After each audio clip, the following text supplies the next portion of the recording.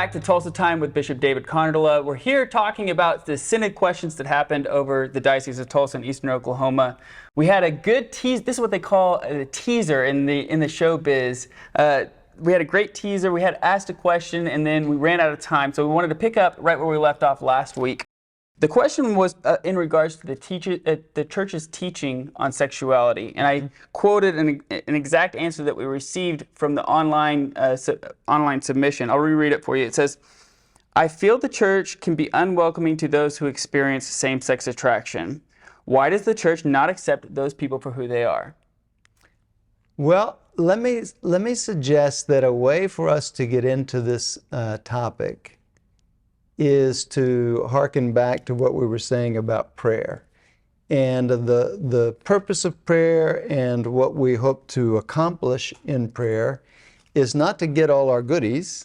Prayer is not the prime mover, God's prime, Amazon Prime delivery system. Prayer is communion with God. It is communication with God, and it is being in God. When we think of this issue about human sexuality, out of the turmoil that surrounds us in the society about it, we come to a very different place, and we ask very different questions even than when we start thinking about this topic through the lens of God has made me for Himself. And God has made me as I am, as a man or as a woman. God has created me that way for a purpose. And the big part of that purpose is union with Him. The ultimate destination of every human life is heaven. That's what we want. Mm-hmm.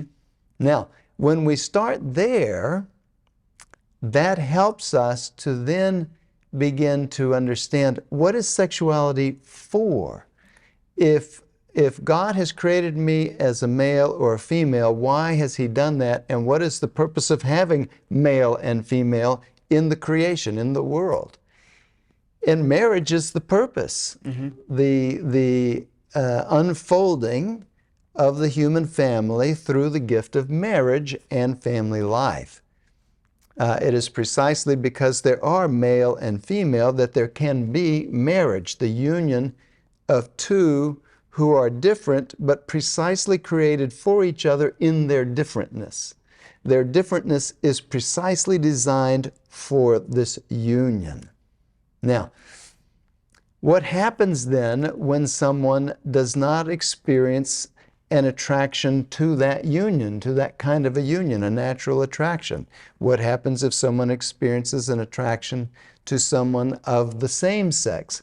What happens if someone doesn't experience sexual attraction at all? We now have also sort of roiling the waters all the questions around transgender. Mm-hmm. And now we hear this long acronym of LGBTQ, and then there's even plus and all kinds of things added to it. What do we do with that? If we're not rooting this whole conversation in God and what God has made us to be, we're going to come to very different answers, and they're going to be ideologically and politically motivated, and they're not going to lead to our flourishing or to our good. But if we begin with where God has created us, then we're able to see that we're made for this union. If we don't experience a desire for marriage or for that sexual union with the opposite sex, we're still made for friendship. We're still made for that kind of union. And so persons who experience the same-sex attraction, for example, can nonetheless fulfill their Christian duty, their Christian relationship with God, through chaste friendship. In about 2 weeks, I'm going to join, again this year, the Courage National Conference. Mm-hmm. Every year there's an apostolate in the church called Courage, which seeks to accompany and to help people who experience a same-sex attraction or other than an opposite-sex attraction. Mm-hmm. And people from all over the country and even from different other countries. That's right. Gather at the Courage Annual Conference for fellowship and for learning and catechesis and prayer.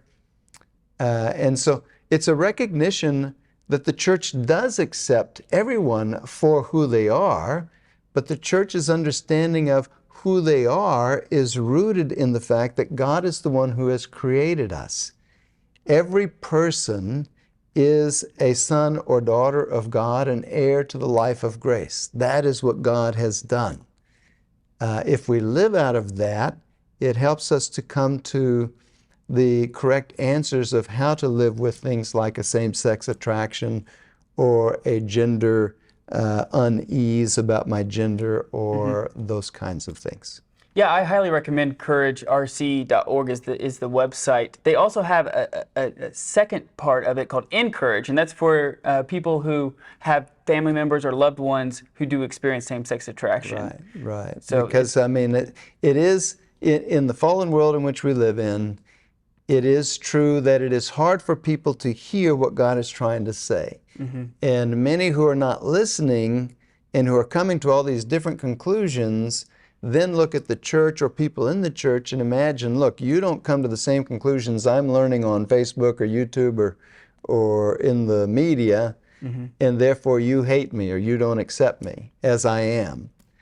But actually we do accept people as they are. It's just that we understand at a deeper level who they are. Right, and we love them, and we love them so much that we want to spend eternity with them in heaven.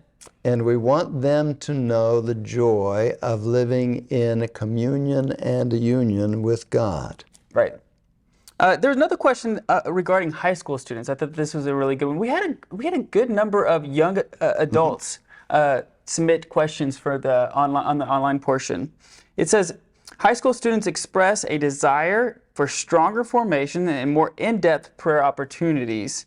And they wanted to make sure that we had ways of reaching out to the younger generation. So what are your thoughts there? Well, I recommend for them, well, let me say it this way. Let me do it this way. I don't know any high school student who's not already well-versed online, who doesn't already spend lots of time online and look up all kinds of things online.